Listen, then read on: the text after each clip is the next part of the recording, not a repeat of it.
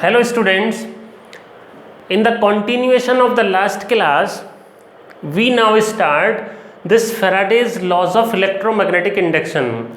So after performing three experiments or many experiments or three important experiments which I have explained you in the last class, ये decide हुआ कि भाई कुछ laws बनाए जाएं और वो लॉज इलेक्ट्रोमैग्नेटिक इंडक्शन को डिस्क्राइब करने के लिए यूज़ किए जाएं।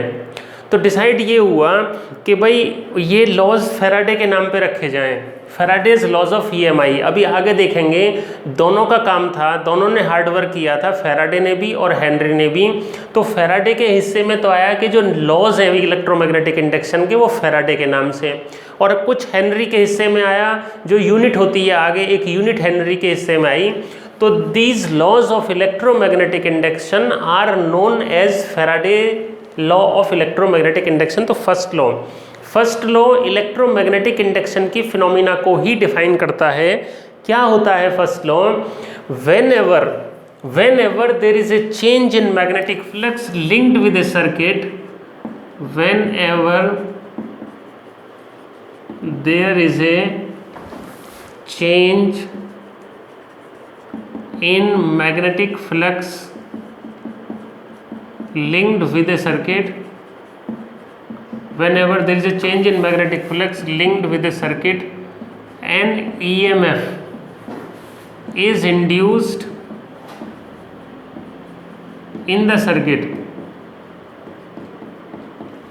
an EMF is induced in the circuit which lasts so long as the change in magnetic flux continues। मतलब क्या होता है, ये इलेक्ट्रोमैग्नेटिक इंडक्शन का डेफिनेशन ही है जो Faraday's laws of electromagnetic induction में फर्स्ट लॉ की फॉर्म में दिया हुआ है। Whenever there is a change in magnetic flux linked with a circuit, मतलब किसी सर्किट से लिंक मैग्नेटिक फ्लक्स को हम कैसे भी चेंज करें, या तो हम रिलेटिव मोशन से चेंज करें, या हम एरिया को चेंज करें, या हम B और A के बीच के एंगल को चेंज करें, क्योंकि मैग्नेटिक फ्लक्स का फॉर्मूला क्या होता है, phi = BA cos थीटा। तो फ्लक्स जो टाइम के साथ, अगर हमें फ्लक्स को टाइम के साथ चेंज करना है, या तो हम B को चेंज कर दें, या हम A को चेंज कर दें, या हम थीटा को चेंज कर दें। तो first law states that whenever there is a change in magnetic flux linked with a circuit, an EMF is induced in the circuit, मतलब a potential difference builds up in the circuit, that is called the induced EMF। potential difference and EMF are the same thing, और because of this there is a current produced। जब किसी circuit में EMF होगा तो उस circuit में current आ जाएगी, उसको बोलेंगे हम इंड्यूस्ड करंट। विच लास्ट सो लॉन्ग, जो केवल तभी तक रहता है। ये यहाँ पर इंपॉर्टेंट बात है, मतलब हमारा जो इंड्यूस्ड EMF होगा, जो इंड्यूस्ड करंट होगी, वो तभी तक रहेगी जब तक कि मैग्नेटिक फ्लक्स में चेंज होगा। अगर मैग्नेटिक फ्लक्स में चेंज होना बंद हो गया, अगर मैग्नेटिक फ्लक्स हमारा फिक्स हो गया, कांस्टेंट हो गया, तो कोई EMF इंड्यूस नहीं होगा। तो whenever there is a change in magnetic flux linked with a circuit, an EMF is induced in the circuit which lasts so long as the change in magnetic flux continues।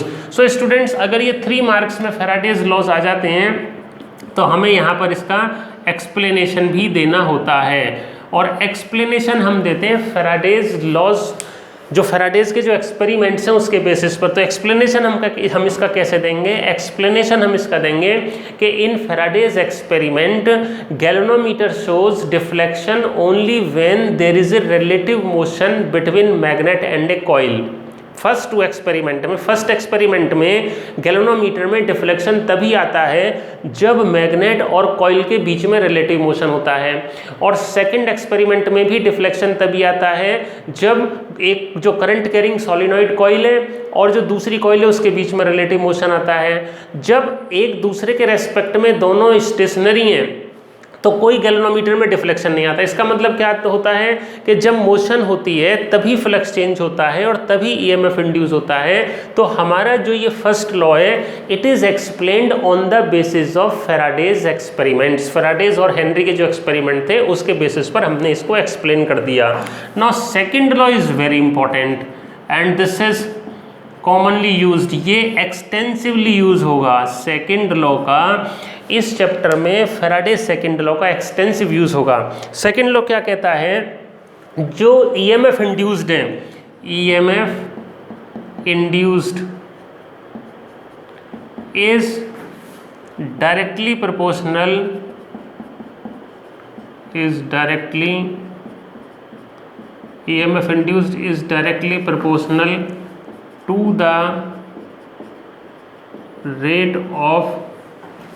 to the rate of change of magnetic flux।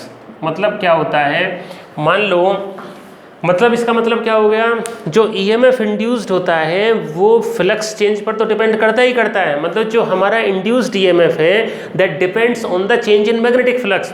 साथ साथ में वो इस बात पे भी depend करता है कि उसमें चेंज कैसे हो रहा है। अगर उसमें फास्टर चेंज हो रहा है तो हमारा ईएमएफ ज़्यादा इंड्यूस होगा, और अगर उसमें स्लो चेंज हो रहा है तो उसमें हमारा ईएमएफ इंड्यूस्ड कम होगा।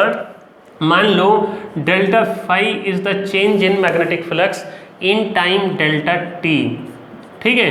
तो रेट क्या हो गया, रेट हो गया delta phi upon delta t, delta phi upon delta t. So E is equal to, E is the symbol for induced EMF, इसकी वैल्यू आ जाएगी minus delta phi upon delta t. बहुत important है, very important equation. E is equal to minus delta phi upon delta t और minus d phi by d t और minus phi two minus phi one upon delta t. मतलब क्या होता है कि induced EMF is directly proportional, proportionality constant यहाँ पे 1 है।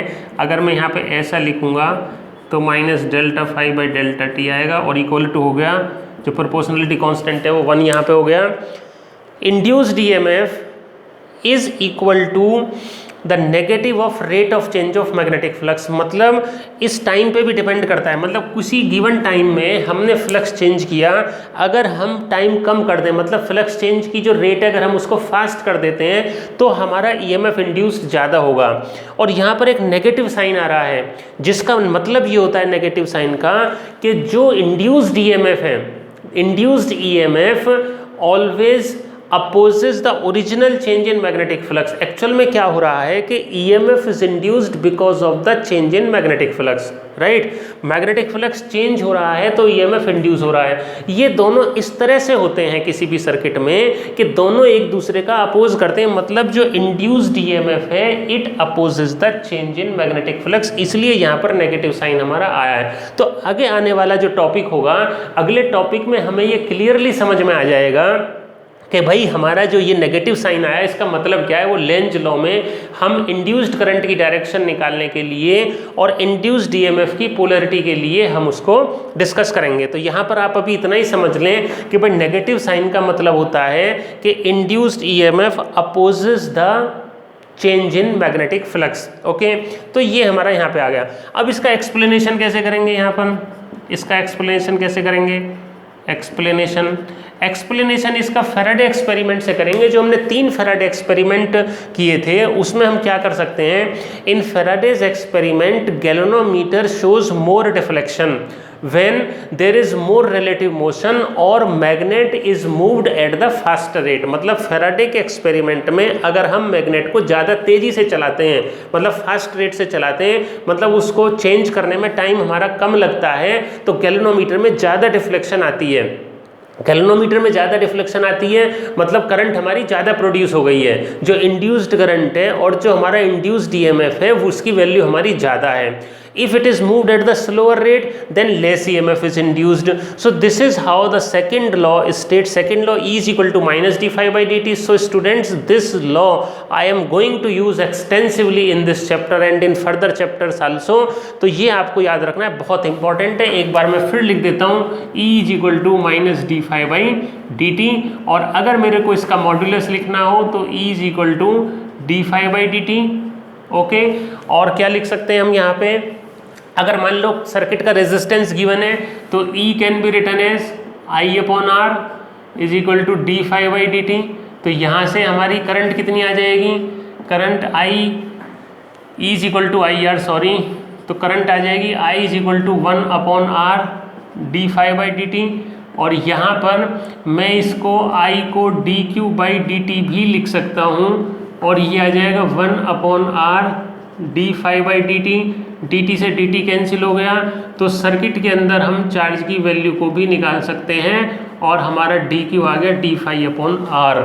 सो this is how we have extended, इसको हमने एक्सटेंड कर दिया E is equal to minus d phi by d t. अगर इसके मॉड्यूलस की मैं बात करूं तो यहाँ पर पॉजिटिव वैल्यू आएगी, मैग्नीट्यूड के लिए हम नेगेटिव साइन छोड़ देते हैं, और V is equal to I R होता है. तो अगर सर्किट का रेजिस्टेंस दिया हुआ है, करंट निकालनी है, तो current I is equal to 1 upon R d phi by d t. कई बार चार्ज को भी वो पूछ लेता है, और आपको मालूम है कि चार्ज की value this I is equal to d q by d t. तो चार्ज जो सर्किट में प्रोड्यूस हुआ है, डी क्यू इंड्यूस्ड चार्ज जो है d q by d phi by R हमारा इस तरह से आ जाएगा. So this is how we have discussed Faraday's laws of electromagnetic induction. These are the important laws directly asked in the examination, commonly asked in the examination. तो आप इसको अच्छे से लिख सकते हैं. एक बार फिर रिपीट कर देता हूँ, फिर से सुन लो.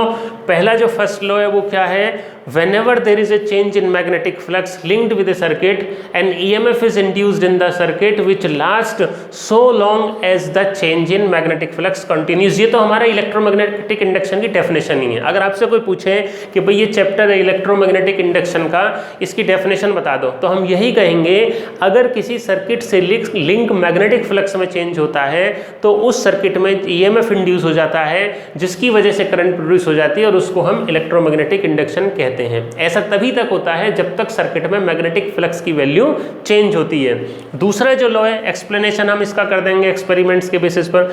दूसरा लॉ ये है, the EMF induced is equal to the negative of rate of change of magnetic flux, यानी कि E is equal to minus d phi by d t. तो न्यूमेरिकल में अगर हमें EMF इंड्यूस्ड निकालना है, इंड्यूस्ड EMF या इंड्यूस्ड करंट या चार्ज निकालना है, तो हम फ्लक्स चेंज निकाल लेंगे. और फ्लक्स चेंज इनमें से किसी के भी चेंज होने से हो सकता है. मतलब अगर हमारा B चेंज हो रहा है तो initial flux, final flux, A change हो रहा है तो initial flux, final. In every case we will calculate d phi और delta phi and calculate the EMF induced. So students, please revise this content which I have discussed today, and in the next class we will continue. Okay, thank you and thank you so much.